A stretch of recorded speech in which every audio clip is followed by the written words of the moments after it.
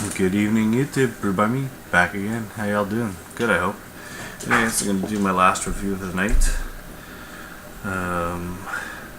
Happy International Stout Day. So that leaves me at this. I'm gonna be doing another stout. Tonight I'm gonna be doing the Nogne Imperial Stout. Now, I'm not 100% sure how to pronounce it. It says Nogne or Non-G, I'm not sure. I believe they are based out of Denmark.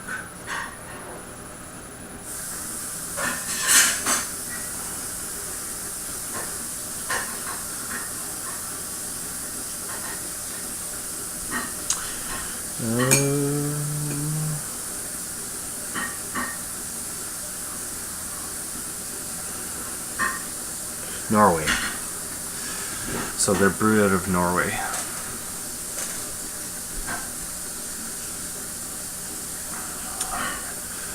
So there you have it. Nogne Imperial Stout. It rings in at 9% ABV. It was brewed on the 26th of August 2011. And it's good till the 26th of August 2016. It says right there on the bottle. It says best served at 12 degrees. That's what it is about at, because I just took it from the beer cellar. So I'm going to use my Bow stem glass for this last review. The O cap. Some nice smokage there.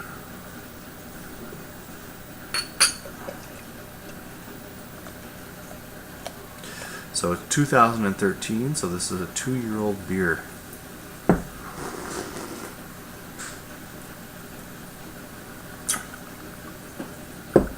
(9% 2-year-old beer stout. It probably aged fairly well. So, you want to see what the beer looks like? Look at that. Black is black and B. The head is actually really dark. Dark. It's like a dark brown chocolate milk. 3 fingers ahead, small to medium. There's some large bubbles in there. You know, nice looking head. Anyways, there you go. There's no light penetrating through that, so let's give it a smell, see what we think.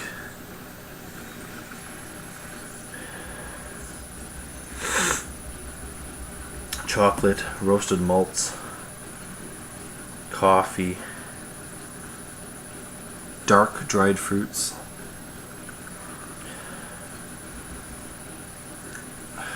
kind of like a shoe leather or tobacco.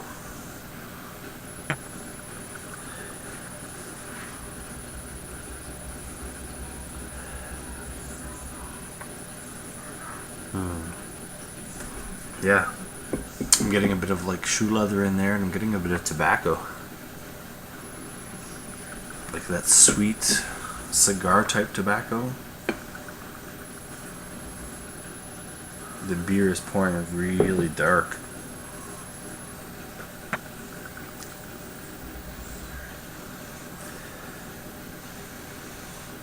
So yeah, coffee, roasted malts, chocolate, leather, dark fruits.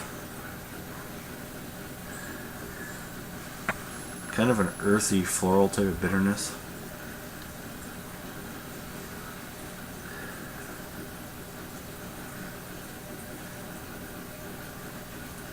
Anyways, without further ado, let's dive into it. Give it a go.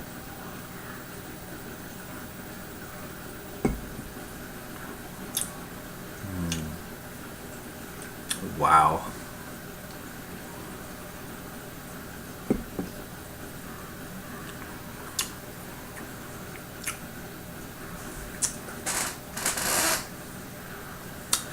Take a swig of this beer. Nice, big, bold sweetness right up front. As it's rolling across your tongues, you get the chocolate, the bitter coffee, the leather, the tobacco, the dark fruits, dates, figs, that type of fruit. hits the back of your throat, dries out fairly nice.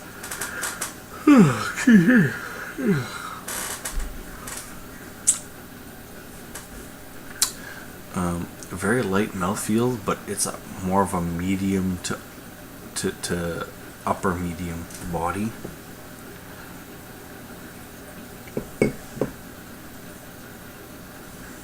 Nice sweetness there, very nice sweetness there.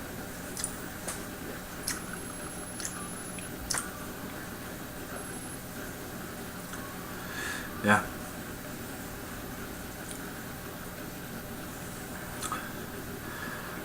There's a very nice sweetness in the beer, and it complements the toasty notes fairly well.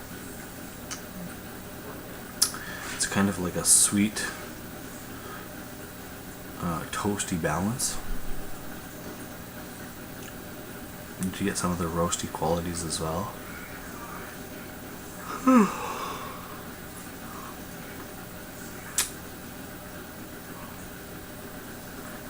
Yeah, it's just, if you guys can find it, Nogne Imperial Stout, give it a go, because it is one of the best stouts I've ever had. It's delicious. There's no off flavors about it. There's a nice balance to it.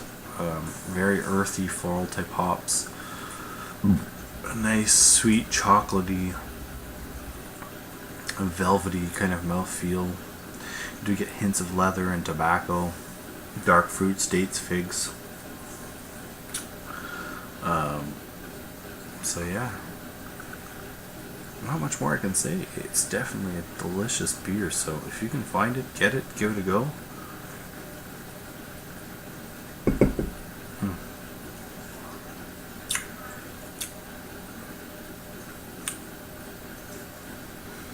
I like it a lot, so there you have it. Anyways, malt profile, some churro in there, some chocolate malt, some black malt, some roasted barley, maybe some caramel crystal malts.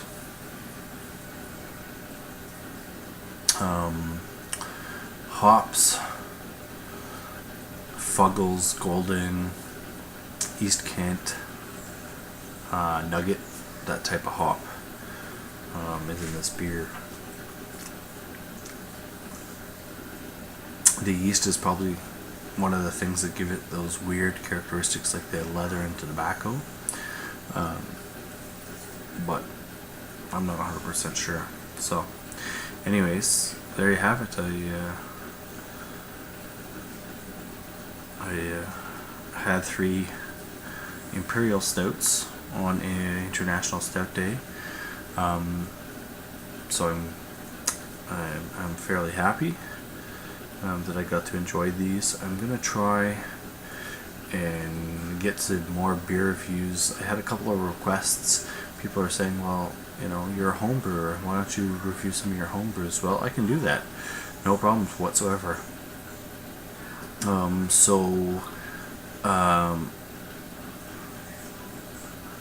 Maybe the next couple of beers I'm going to do are going to be some home brews.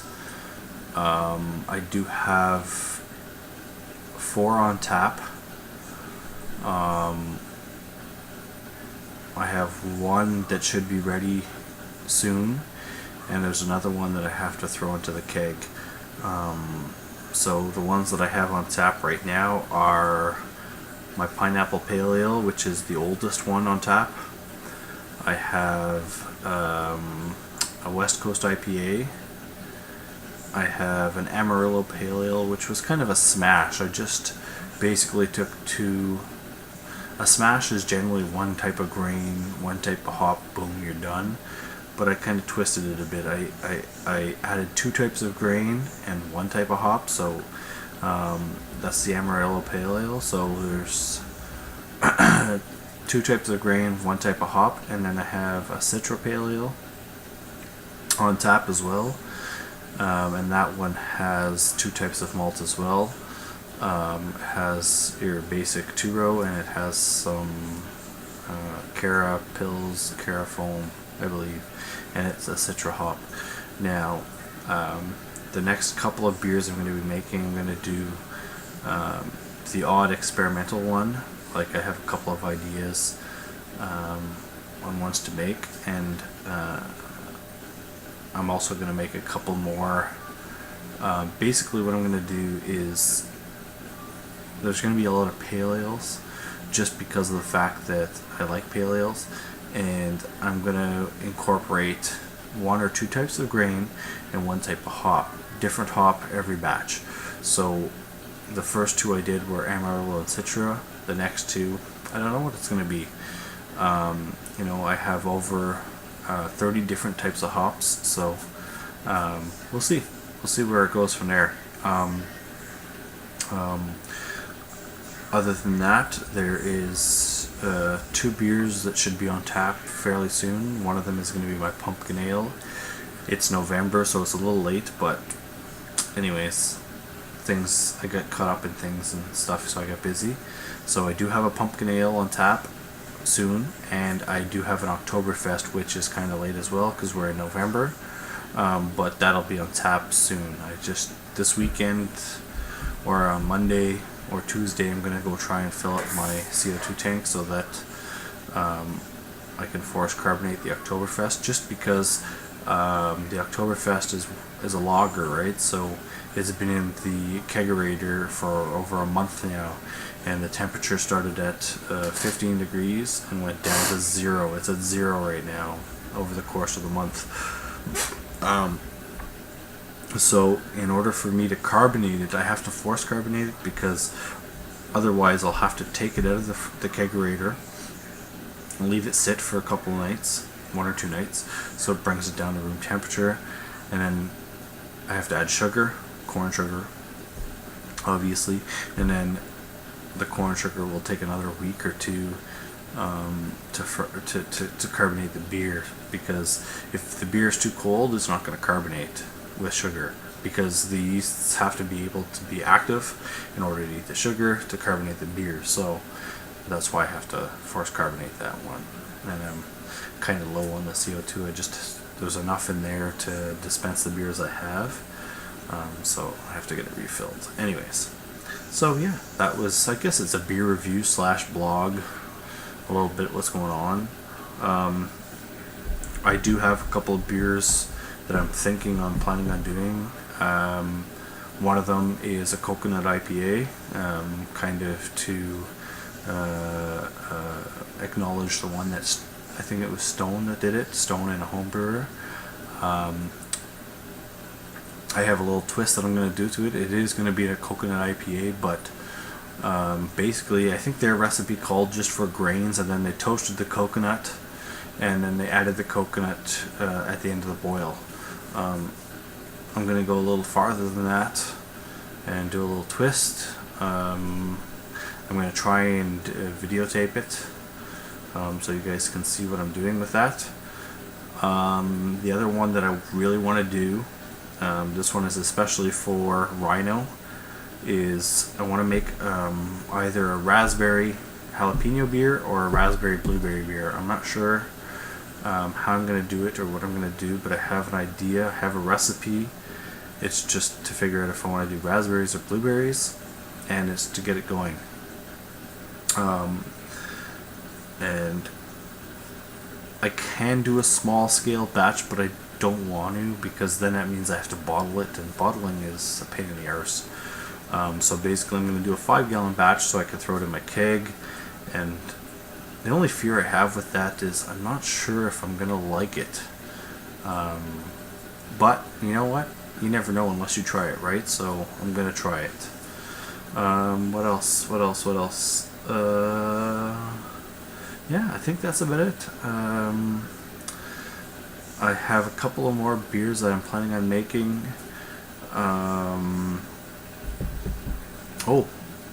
There are also 2 beers in the fermenter.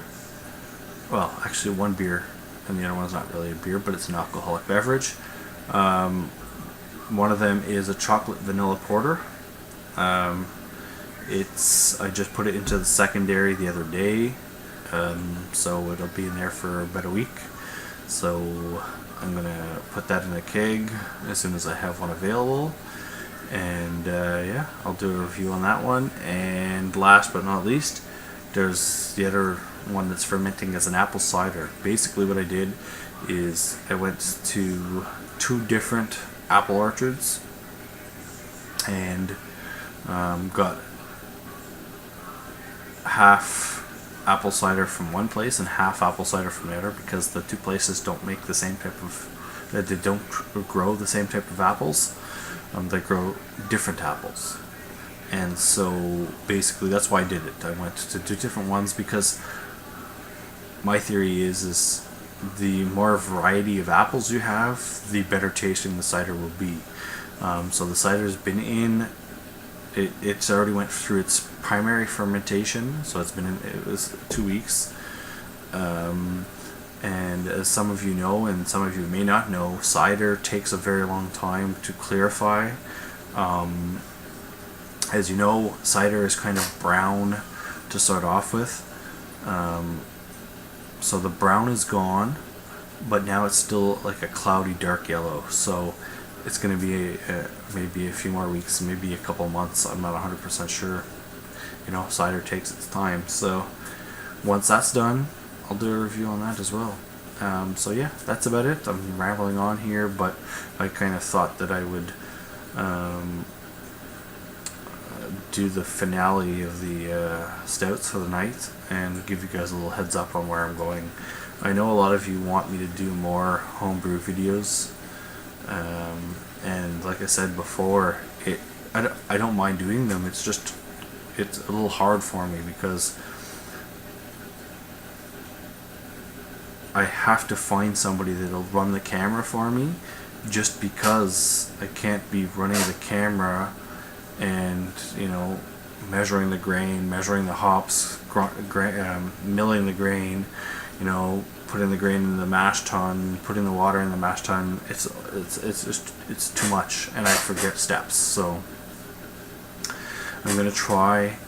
I promise to get a couple homebrew videos up as well. I have to coax my son into videoing for me because my wife won't do it. Anyways, so thanks for watching. Until next time, Brew by Me is out. Bye.